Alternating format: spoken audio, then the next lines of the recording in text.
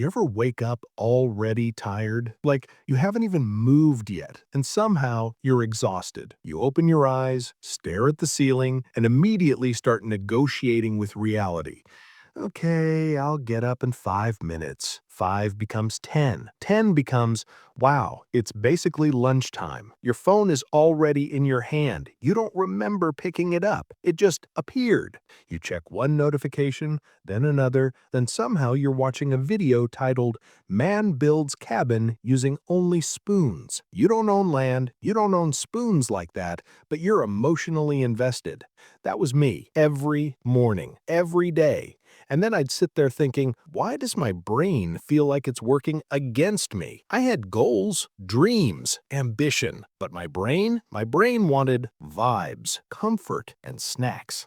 So for years, I thought winning the day meant doing something big, crushing a workout, finishing everything on my to-do list, becoming a completely different, highly disciplined human by noon. Spoiler, that never happened. Instead, I felt like I was constantly losing, behind, disappointed in myself for reasons I couldn't fully explain. And here's the quiet part we don't talk about. It's not that you're lazy or broken or lacking willpower. It's that your brain is really good at survival and really bad at modern life.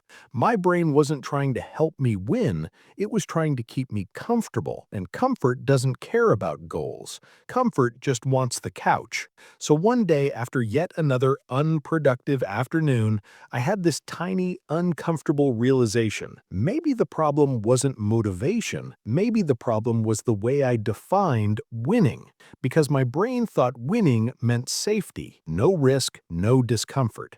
And I was trying to win a completely different game. So I stopped trying to overpower my brain, and I started training it. Not aggressively, not dramatically, quietly, like you'd train a very nervous puppy.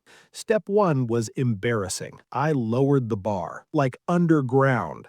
Instead of asking, how do I win today? I asked, what would count as a win my brain won't fight? At first, that win was laughably small. Get out of bed. That's it. Not shower, not exercise, just vertical. Some days the win was drinking water. Other days it was answering one email. One. And my brain was like, oh, that's all? We can do that. And something weird happened. I started winning more days. Not because I did more, but because I stopped starting the day with failure. Because when you set impossible standards, your brain checks out early. It says, well, if we're going to lose anyway, let's watch another spoon video. So I made winning obvious. Then I added the second rule, no negative self-talk before noon, which sounds silly until you realize how mean your inner voice is at 8:12 a.m. I used to wake up and immediately insult myself. Wow, still tired? Cool, you're already behind. Great job existing wrong. I wouldn't talk to a stranger like that. I wouldn't talk to a friend like that. But I talked to myself like I was my own villain. So I changed the script, not with affirmations, no mirror speeches, just neutral language. Instead of, I'm so lazy, I'd say, I'm low energy today. Instead of, I messed everything up, I'd say, that didn't go how I planned. And my brain relaxed, because it turns out your brain listens to tone more than words. Then came the third shift. I stopped trying to fix my entire life every morning. I stopped waking up with a 10-step plan to become unstoppable, because overwhelm is the fastest way to sabotage progress.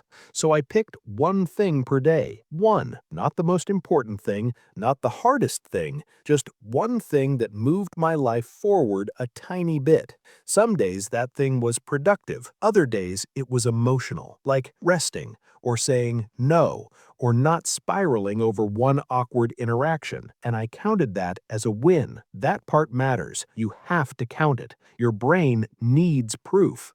Then something unexpected happened. My confidence didn't come from big achievements. It came from consistency, from keeping promises so small I couldn't break them, My brain started trusting me. It thought, okay, when this person says they'll do something, they actually do it. That trust changed everything. I stopped arguing with myself so much. I stopped needing hype or motivation or dramatic resets. Winning stopped being loud. It became quiet, subtle. Some days winning looked like showing up tired. Some days it looked like stopping early. Some days it looked like not making things worse. And here's the funny part. The more I trained my brain to notice wins, the more wins it created. Momentum showed up without being invited, not the explosive kind, the steady kind, the kind that doesn't burn you out. Now, do I win every day? No, absolutely not. Some days I still scroll too long, overthink, avoid things.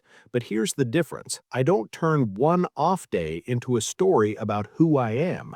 I don't spiral. I don't quit the week because I lost a morning.